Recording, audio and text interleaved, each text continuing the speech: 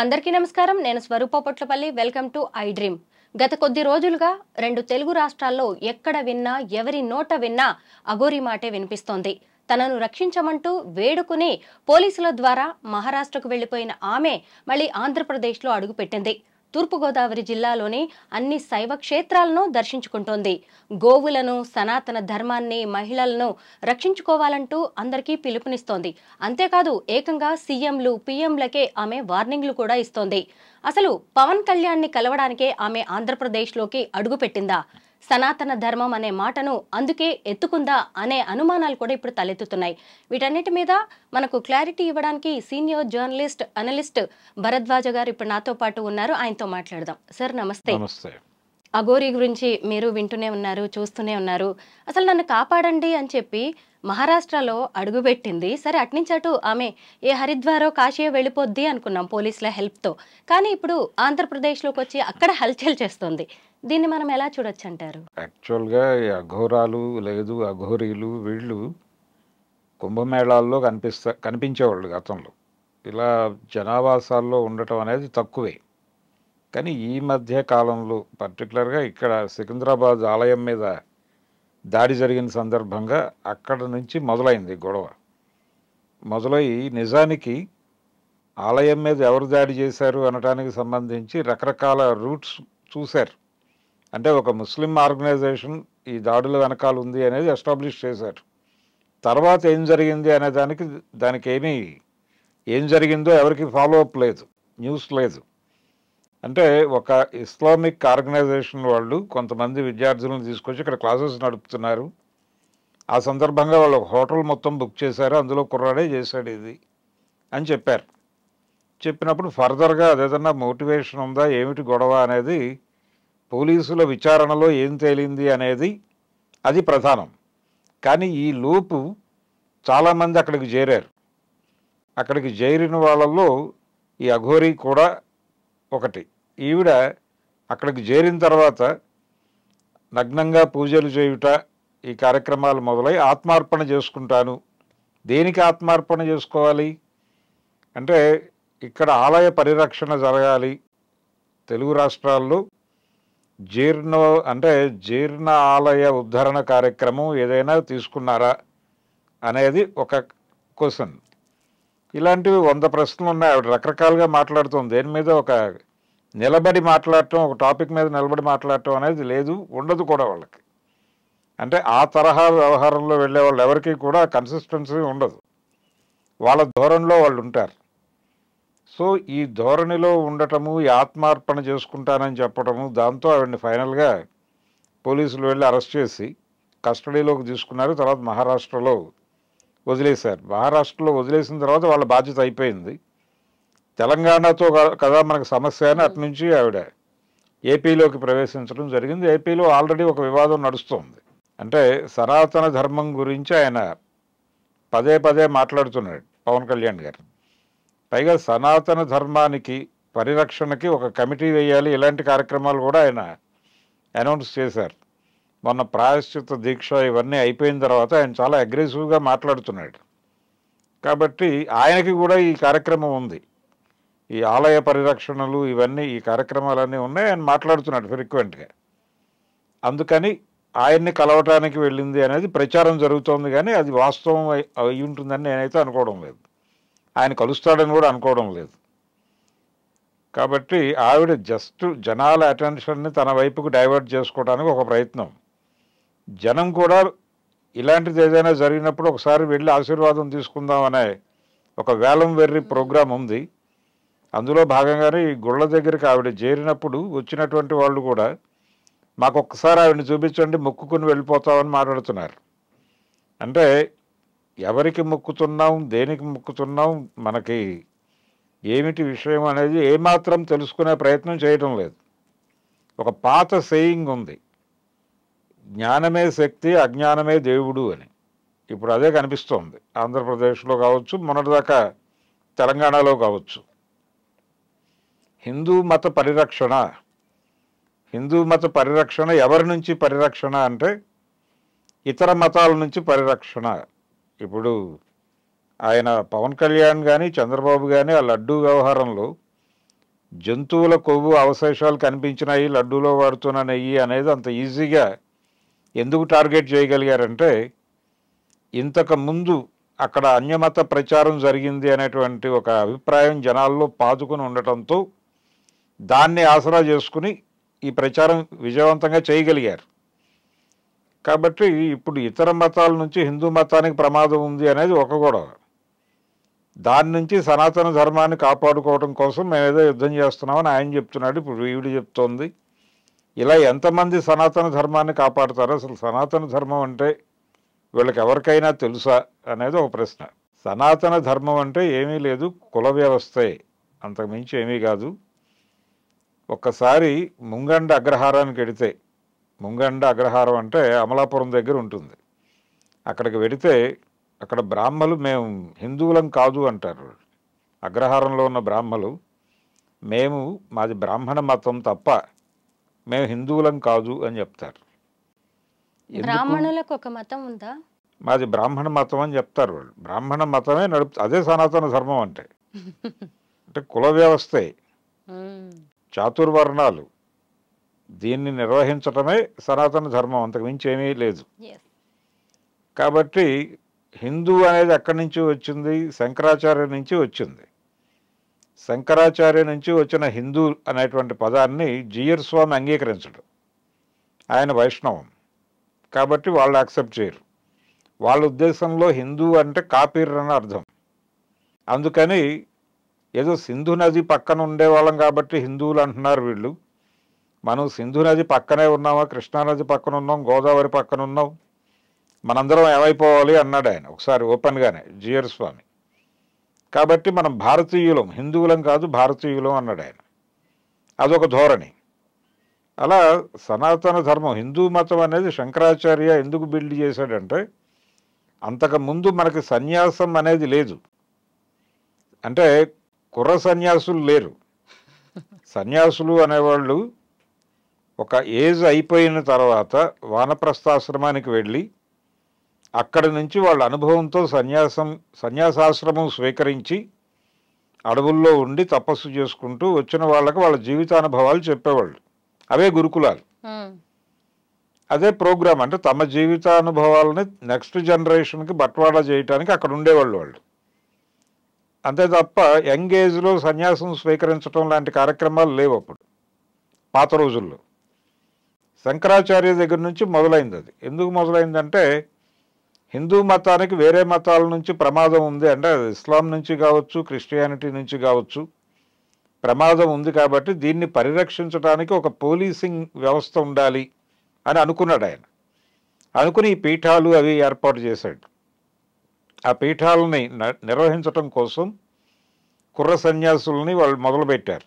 ఇది వాస్తవం. దాన్ని చూసిన తర్వాత ఇతర శాఖలు కూడా, వైష్ణవంలో కూడా యంగ్ సన్యాసులు వచ్చారు. ఇది ఒక ప్రాసెస్ నడుస్తోంది.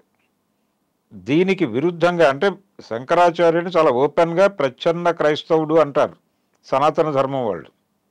ఈయన్ని అంగీకరించరు వాళ్ళు. ముంగండ అగ్రహారం వాళ్ళు ఈయన్ని అంగీకరించరు శంకరాచార్యుని. కాబట్టి ఇలా చాలా గందరగోళం ఉంది మతంలో.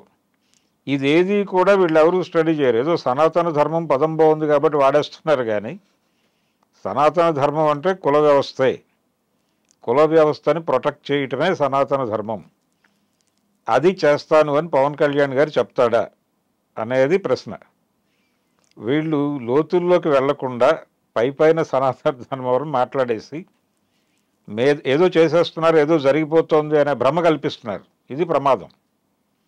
అయితే తెలంగాణలో ఉన్నప్పుడు అఘోరి వ్యవహార శైలి, మాటలు ఒక రకంగా ఉంటే ఆంధ్రప్రదేశ్కి వెళ్ళేసరికి ఇంకో రకంగా కనిపిస్తున్నాయి.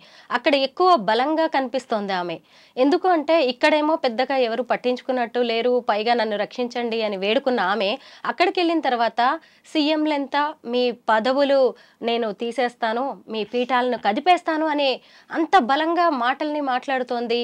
మనం అందరినీ రక్షిద్దామంటూ పిలుపునిస్తోంది. దీన్ని ఎలా చూడొచ్చు అంటారు? అంటే నాగసాధువులు వీళ్ళందరూ అంటే వీళ్ళు నేరుగా దేవుడితో కాంటాక్ట్లో ఉన్నట్టుగా తామని తాము భావించుకుంటూ ప్రపంచానికి కూడా అదే కన్వే చేద్దామని ట్రై చేస్తారు. అందులో భాగంగానే మేము సుపీరియర్లం వీళ్ళందరికంటే కూడా, వీళ్ళందరూ కూడా ఒక ఈ పదవుల్లో ఉన్న వాళ్ళందరూ కూడా మాకంటే చాలా తక్కువ స్థాయి మనుషులు అనేది ఎస్టాబ్లిష్ చేయాలి. ఆ చేయటం కోసం ఆ తిప్పలు ఆవిడ సీఎంని పిఎంని వీళ్ళందరినీ నాయకుల్ని మాట్లాడినా కానీ ఇదే ధోరణి. ఈ ధోరణిలోనే ఆయన సనాతన ధర్మం అంటున్నాడు కాబట్టి ఒకసారి ఆయన కలుస్తాను, కలిసే అవకాశం కల్పిస్తాను అన్న టోన్లో మాట్లాడుతోంది. ఇదొక విపరీత ధోరణే. ఇది ఏ మేరకు టాలరేట్ చేస్తారు? జనాలు చూస్తున్నారు, వెళ్ళి ఎంటర్టైన్ అవుతున్నారు. ఇది జనరల్గా మనకి రంగం ఎక్కటం ఇలాంటివి ఉంటాయి ఈ బోనాలు అప్పుడు అవి ఎక్కిన తర్వాత వాళ్ళు రకరకాల విషయాలు మాట్లాడతారు, రాజకీయాలు మాట్లాడతారు, ఆర్థిక విషయాలు మాట్లాడతారు. అలాంటి ధోరణే కనిపిస్తోంది ఇప్పుడు అఘోరీలో కూడా. అంటే ప్రపంచం ఇలా అయిపోతుంది, అలా అయిపోతుంది, నేను దాన్ని కాపాడటం కోసం వచ్చాను, ఈ ధోరణిలో ఏదో మాట్లాడుతున్నారు తప్ప అందులో ఏమీ పట్టించుకోవాల్సిన అవసరం లేదు. జనాలు ఈ అఘోరీలని అఘోరాలని కొంచెం పక్కకు పెట్టేసి వాళ్ళ రోజువారీ జీవితంలో ఉన్న ఇబ్బందుల గురించి, వాటి పరిష్కారాల గురించి, ఏం చేయాలి, ప్రభుత్వాలతో ఎలా కన్సల్టేట్ అవ్వాలి, ఎలా మాట్లాడాలి అనే దాని మీద కసరత్తు చేస్తే మంచిది. ఈ గుళ్ళకి అఘోరాలకి అఘోరీలకి వెళ్ళి పూజలు చేయటం కన్నా కూడా. కరెక్టే. ముఖ్యంగా ఏంటంటే ఆమె బట్టలు వేసుకోకపోవడం అనేది కూడా ఎక్కువ చర్చనీయాంశంగా మారింది. మనం పసిబిడ్డకు కూడా బట్టలు వేస్తాం, అలాంటిది ఓ 25 ఏళ్ల యువకుడు అనుకోవచ్చు, మరి ఇంకా ట్రాన్స్జెండర్ అఘోరీ వేసుకోరు కదా వాళ్ళు. కొంతమంది అఘోరీలు బట్టలు వేసుకుంటారు. లేదు కనీసం సరే ఈమె మహిళగా ఉంది, కనీసం ఒక చిన్న వస్త్రమైనా ధరించాలి అనేది దాని మీద కూడా ఒక డిమాండ్ ఉంది. అది కూడా డిమాండ్ ఉంది, కానీ ఒరిజినల్ గా వాళ్ళ మాన్యువల్ ప్రకారం వాళ్ళు బట్టలు వేసుకోవాల్సిన అవసరం లేదు. ఒంటికి బూడిద రాసుకుని తిరుగుతారు, శ్మశానాల్లో ఉంటారు, అలాగే శవాలను భోజనం చేస్తారు. ఇలాంటివి రకరకాల విషయాలు ఉన్నాయి వాళ్ళ మీద ప్రచారం. పుర్రెలో తింటారు, అది కూడా ఒక పుర్రె పెట్టుకుని దాన్నే గిన్నెగా భావించి దానిలో పెట్టుకుని తింటారు అనేది కూడా చెప్తారు. కానీ ఇవన్నీ వాస్తవాలా, నిజంగా అలాగే ఉంటారా వాళ్ళు అనే దానికి సంబంధించి నిర్ధారణలు ఏమి లేవు.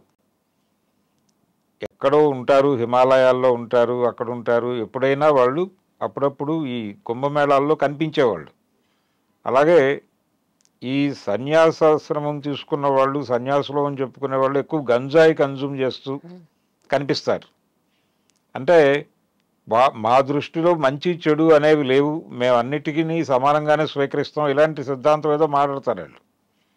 కానీ వాళ్ళు చేసేది ఇదే. వాళ్ళు ఆ శృంగారపరమైనటువంటి వ్యవహారాల్లో కూడా చాలా అడ్వాన్స్గానే ఉన్నారు అనేది ఆల్రెడీ ప్రూవ్డ్ వ్యవహారం. కాబట్టి అఘోరీలు అఘోరాలతో కొంచెం ప్రమాదం ఉన్నమాట వాస్తవమే. ప్రమాదం ఉంది. వీళ్ళని ఎంకరేజ్ చేయకుండా ఉండటం అవసరం. ఎంకరేజ్ చేయాల్సిన అవసరం లేదు. కాకపోతే ఇప్పుడు మతము, రాజకీయము, వ్యాపారము ఈ మూడు కలిసి నడుస్తున్నాయి. అందుకని మీడియా కూడా దీనికి చాలా హైప్ ఇచ్చి మాట్లాడుతోంది. ఇది ఒక వ్యాపారం నడుస్తోంది దీని వెనకాల.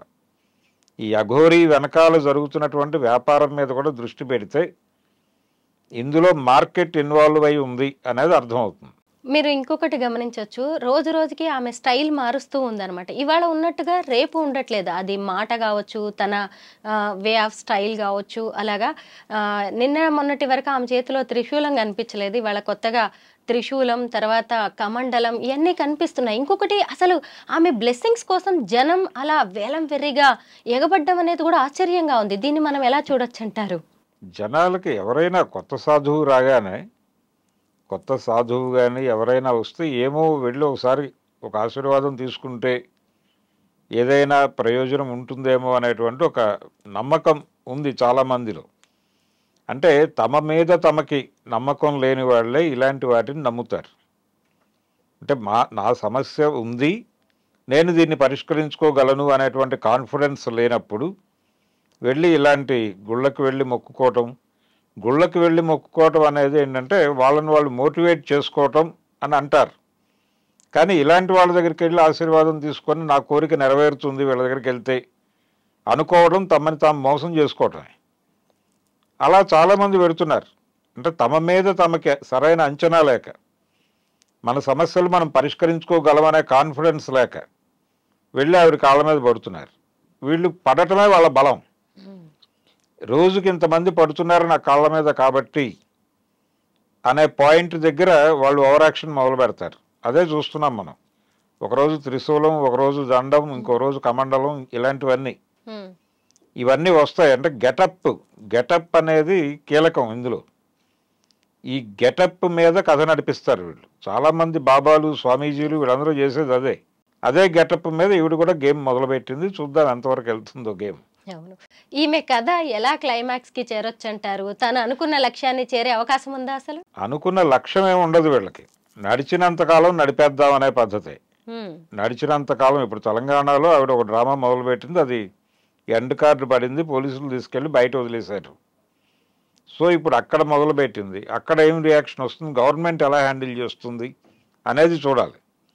చూసి వాళ్ళు ఎండ్ కార్డు వేస్తే వెళ్ళిపోవటమే, అంతకుమించి గత్యంతరం లేదు.